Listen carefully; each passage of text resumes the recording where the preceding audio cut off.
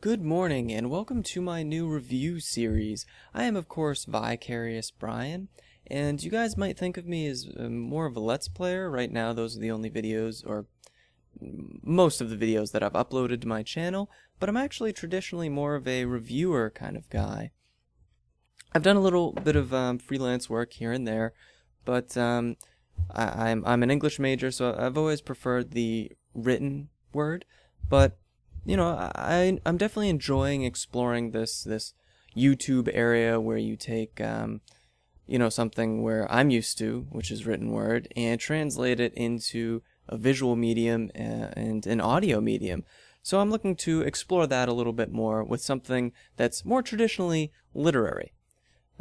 To cut to the chase a little bit, today we're going to be looking at Dragon's Dogma. It's the PS3 version. I just feel that it's important to mention that because there are times where generally the 360 version has slightly better graphics, a little bit more of a solid frame rate, especially with games by a little company called Bethesda. But I don't think that's the case with Dragon's Dogma. It seems to run pretty smoothly with the 360 and the PS3, but I thought it was worth mentioning.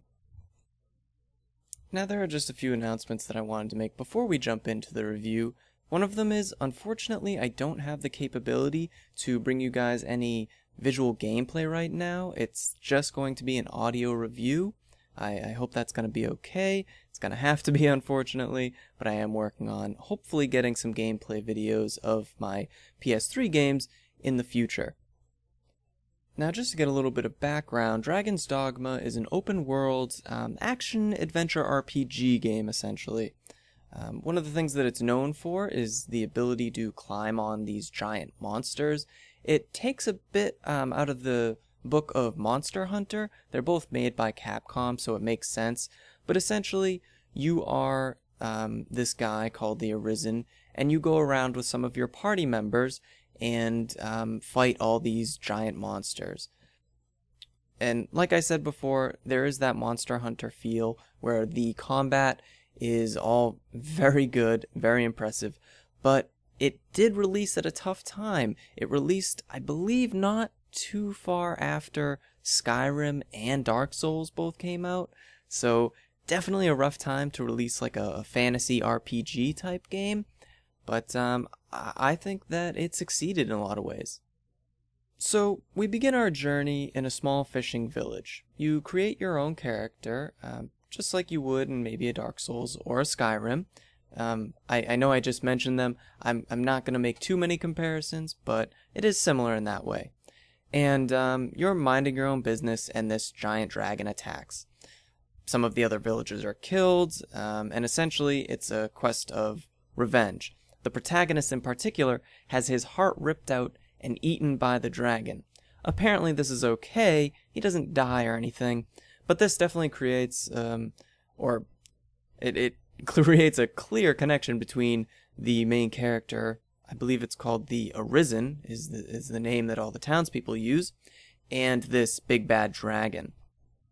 So you pick up your trusty sword or bow or staff or whichever you like to set out on a quest to defeat this dragon. Now this probably sounds familiar. It is pretty similar to a lot of the Western and Japanese RPG tropes, and you're right in thinking that. But the game really opens up after this and gives you all these different side quests and things that you can do. There's often a clear task, a clear direction that the game points you in to move the plot forward, but the exploring aspect is definitely an important part of the game. There are some other plot lines explored later on down the line. There's some involvement with kings and whatnot, or rather one king, pretty much. But for the most part, the plot takes a second-hand seat to the combat and to the exploration and things. As far as visuals and overall presentation are concerned, Dragon's Dogma is acceptable. Now, nothing in the game particularly sticks out as amazing looking. The textures are decent, as are the models. Well, the human models are pretty impressive, but I mean, again, nothing really stands out. The thing that if anything did, is the open world landscape. It looks pretty good, but more than anything, they really crafted it to create a realistic seeming world. I mean, yes, it's fantastical, and some of the sights that you'll be seeing are just amazing, like these sort of New Zealand level landscapes where it's just so much diversity and all these cliffs, trees, rivers, and whatnot. So it's definitely fantastical, but it doesn't come across as gamey. It's not clearly designed or anything like that. Now, unfortunately, with this amazing landscape, you do have some drawbacks. There are some stuttering issues, and there can be some really glaring pop-in effects. You won't see them a lot, the pop-in effects, but sometimes they are pretty bad. And in towns and things, there is some stuttering. In the open world, there's almost no stuttering, and frame rate isn't really too much of an issue, but they are worth mentioning. Now, the other aspect of the visuals that was pretty impressive was the character creator. It was one of the few times where I felt the character that I created actually looked like a human, not so much like a Mr. Potato Head. And I attribute this to some of the JRPG, I don't want to say tropes or anything, but the game definitely draws influences from JRPGs and WRPGs, or Western RPGs. So I definitely attribute it to that, because if anything, Western RPGs do not excel at creating very realistic looking characters, I would say. Now, one interesting thing that I've noticed as I've matured as a gamer is that more and more I pay attention to user interfaces, and as far as Dragon's Dogma is concerned, it's adequate. There are some weird things, but overall, it's not a terrible interface. The health bars, the map, the abilities that are mapped to your controls don't take up too much space, so for the most part, your screen space is used on, seeing the world, seeing your character, important things that you'd need to see. Now, your allies will constantly talk about the land, and it's a nice touch, but the game actually has subtitles for all the things that your allies say, like, something along the lines of, wow, look at that mountain or that cliff, or, oh, for this monster, use a fire spell or something like that. So it's definitely cool that they say that, but all this dialogue is popped up in, I think it's the lower left-hand side of the screen, and really creates a lot of clutter. The other thing was every time that you finish a quest and you generally level up or receive some items and money, there are a lot of pop-ups right after that quest. That happens in a lot of games nowadays, but I still think that we should be calling companies on this because it really is a bit too much, I feel, anyway. It might not bother you. The other weird thing that I found, and this was probably the worst of my user interface problems, was that your inventory is found using the select button, but equipment, quest, and map screens are used or are selected through the start button. I can understand having the map separate, but it just seemed weird to have the inventory in one place and equipment and quests in another. But it was workable, and you got used to it eventually. It's still a bit of a slight on the game. Now, as far as audio is concerned, the game succeeds. The soundtrack does well enough. In particular, there are a few tracks that really stick out. I couldn't name them, but I'm sure you guys know the feeling when you walk out into this open world or into this field, and they just really nail the track that just makes you feel like, wow, this world is amazing, and it really supports that just amazing level design that I was talking about earlier. There's also this J-Rock filled titled screen, which got a little jarring, but is actually kind of catchy at the same time. It's interesting how it works like that. Now, if something stands out about the audio, it's definitely the voice acting. Now, I don't know who they used, I didn't recognize any of the names, but the voice acting is superb. Nothing bland or bored, but at the same time, it's not like it's overdone or anything like that. Now, there were a few hiccups. For example, a lot of the characters are constantly repeating this word, ought. It was too much. It kind of dragged for me, but I guess it makes sense given the fantasy world, but still. But other than that, I mean, the dialogue was never awful or cheesy. That's really my only complaint as far as word usage is concerned. The other thing that did bother me, though, was that in your character creation, you can actually create, or rather choose from 6 different preset voices for your character. I believe it's 6 women and 6 for men. Now, this is an awesome feature, and we really don't see it too often in games. I can't think of one off the top of my head that allows for this. But they don't really run the gambit. They're all a bit generic sounding. I mean, definitely still good and quality, as I've mentioned earlier, but let's say you make a small character, like a child, essentially, or rather a grizzled old sage or something like that. There really aren't any voices that account for those ages, which was a little disappointing. But overall, the 6 different voices you can choose from, it was a nice addition. Graphics, audio, these both fall under the general idea of presentation. But I'm going to talk about something a little different now, which is the controls. It's sort of something that a lot of people might sweep under the rug and ignore because most games have adequate controls. The thing that I've always found interesting about control schemes is that, I mean, first of all, it's the thing that above almost anything else differentiates video games from other mediums like movies. It's how you interact with the game. Also, what I find interesting is that great controls don't really add a ton to the game.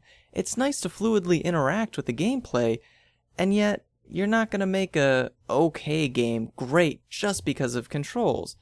On the flip side, though, you can take a great game, give it bad controls, and it'll be a bad game. It's really difficult to make a game with tough controls just work as a video game. Dragon's Dogma, though, I'm happy to say, really nails the control scheme. So, the face buttons, this is on the PS3, X, square, triangle, and circle, they're all mapped to different attacks.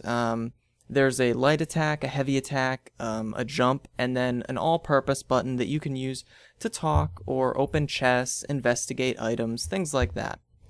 The part that I was worried about at first is the use of the right and left, well, let's see, it's R1 and L1 on the PS3. You use these trigger buttons in order to open up a new slew of abilities to use. It sounds kind of confusing, but I'll break it down for you guys. So normally square is a light attack. You can just attack once, or you can string a few square presses together to make a combo.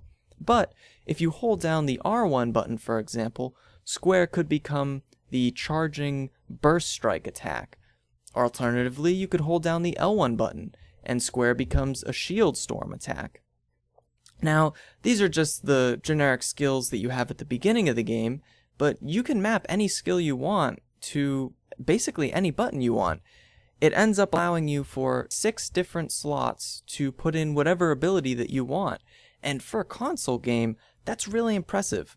One of the things that makes PC controls so great is they have so many buttons to take advantage of, but I mean, 6 different slots just for special abilities? It's pretty impressive for a console game, and it controls magnificently. I can't say enough good things. Unfortunately, as I've said, just the controls themselves don't make Dragon's Dogma a great experience, but it definitely helps. There's no qualms that I have about that.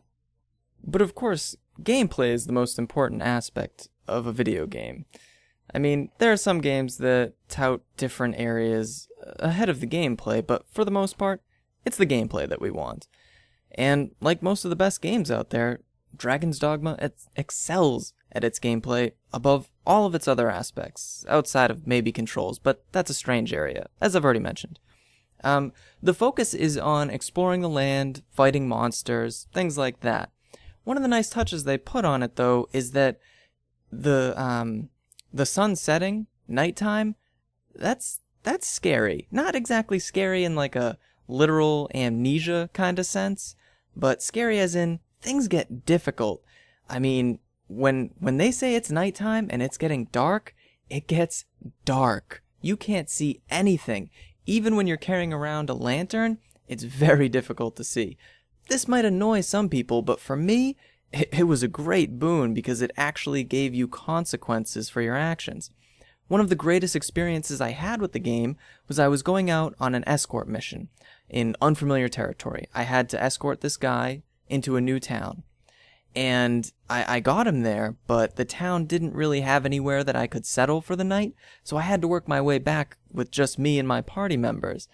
This whole time, I'm getting chased down by a bunch of goblins that I don't want to fight because I can barely see him, let alone swing at him. And the whole time, all my party members are all saying, hey, there's a chimera following us, maybe we should keep running.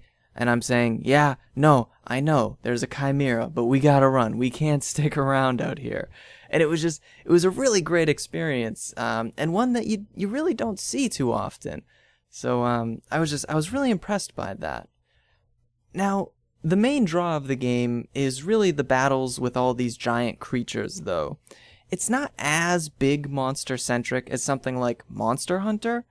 I mean, Dragon's Dogma draws a lot of ideas from Monster Hunter, but it's not exactly that. There are a lot of smaller creatures, you know, your bipedal, spear-wielding lizards and things, harpies, bandits, goblins. I mean, you do get smaller creatures as well, but the focus is on the big guys. For the most part, the game sticks to Western ideas, archetypes of creatures and things like that. That's not to say that the monsters aren't really cool. We often see things like dragons and ogres in game, though. But you never see this intense and layered combat like you see in Dragon's Dogma. There's also some other cool creatures that you might not see as much, stuff like hydras and, as I mentioned earlier, chimeras. Now, unfortunately, the game is a little biased in its preference of physical characters.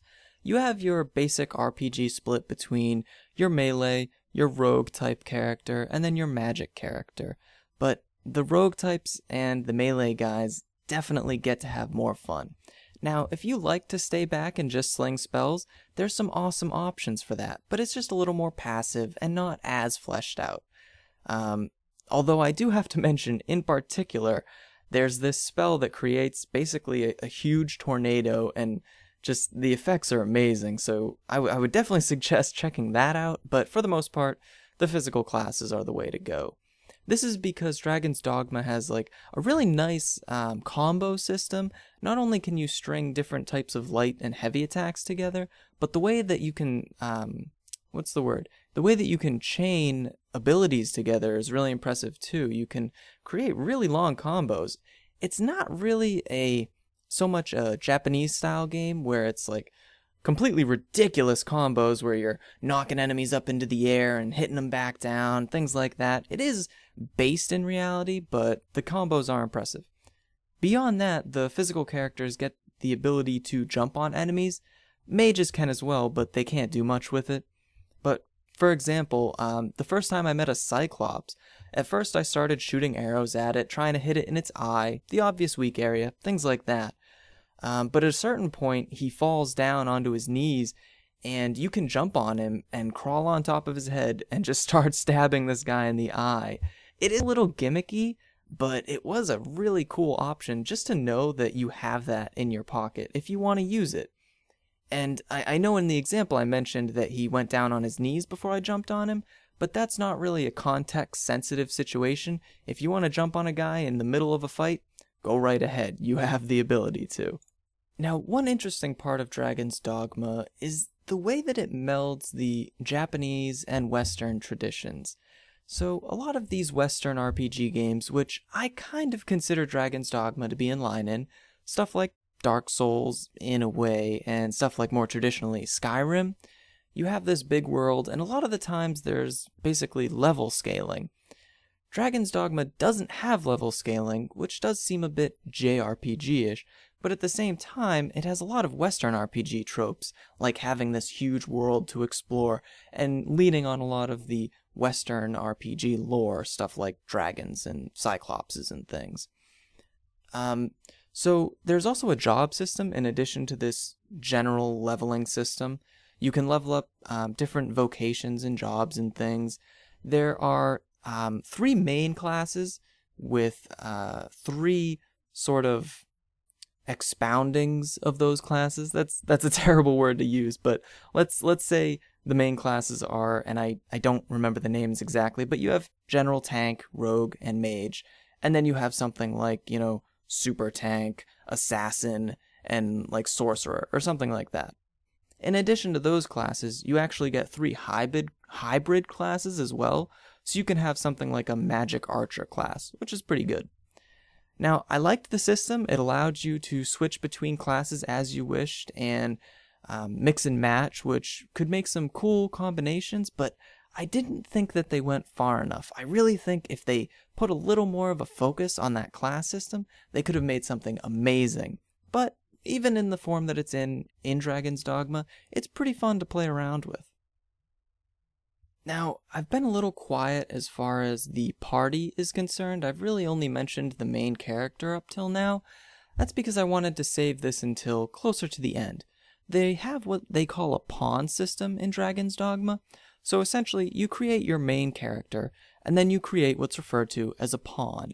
Now, in the game, it's not super clear at the beginning what they are, but they seem like just sort of, not exactly soulless, but sort of soulless people, I guess. So you create your main character, you create your pawn, which is basically a person whose sole job it is to follow you in combat.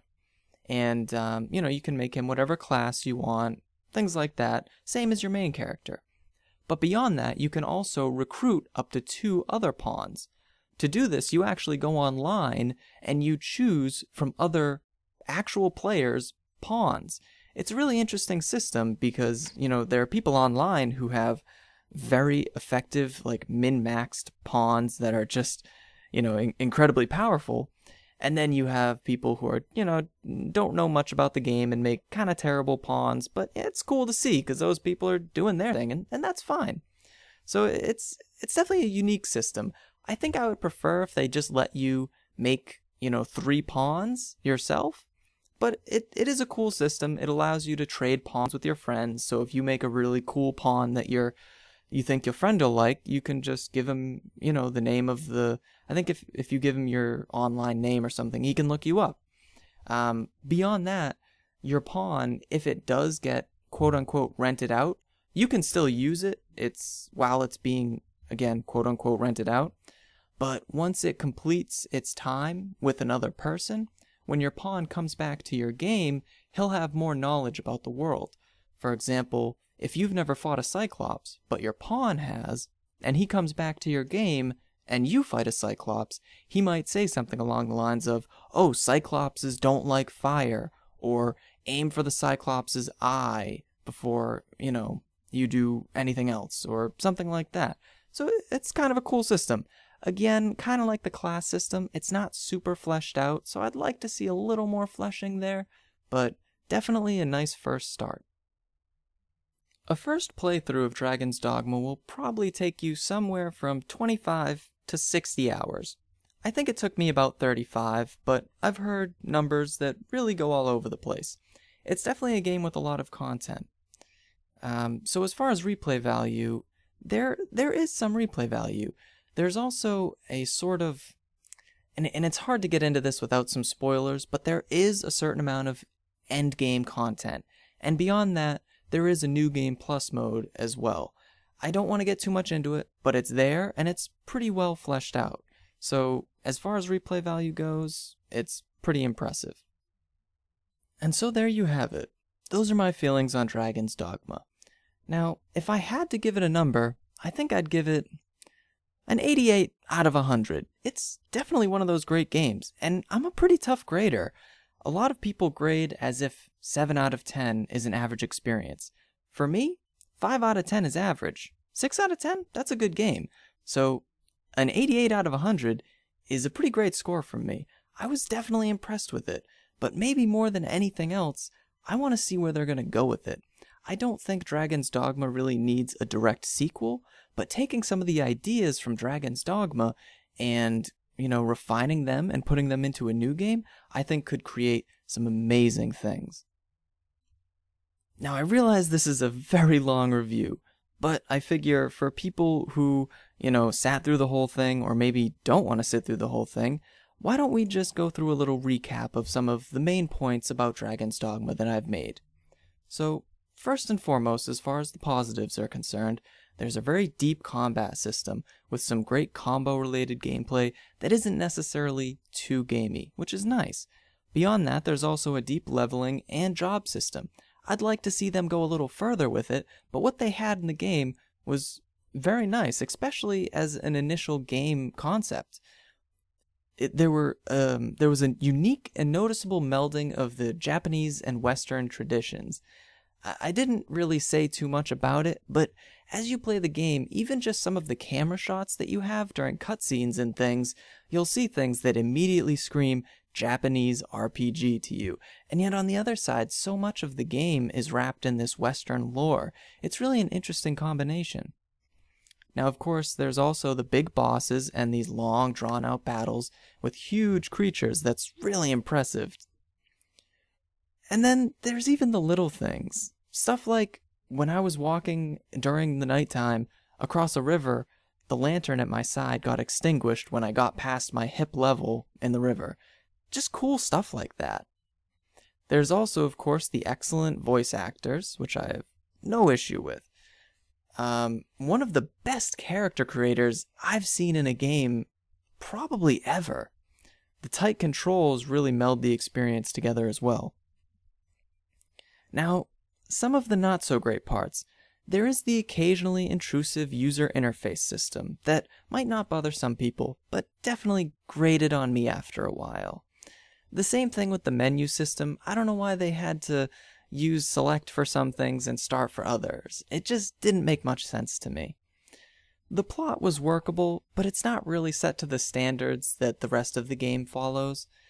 I don't mind this so much, but for some of you guys looking for a really engaging and deep plot experience, this isn't quite there yet. It's there. It's not like something where it's just, okay, go out and do stuff. There is some sort of structure, but it's not very deep. And then there's also some of the technical issues where there's a little bit of frame rate issues at certain parts of the game. Not often, but they're there. And then once in a while you do get some pretty bad pop-in, which some people might be really bothered by. But, I mean, like I said, overall, it's a really nice package and an impressive game. But perhaps shockingly, that's all I have to say about Dragon's Dogma. I hope you guys walk away from this experience being a bit more confident in whether or not this is the game for you. As always, if you guys want to comment or message me with any ideas or questions, criticisms, things like that, that's always appreciated. And if you enjoyed the review, shoot me a like. It's always helpful. But other than that, you guys have a wonderful day, and I'll see you next time.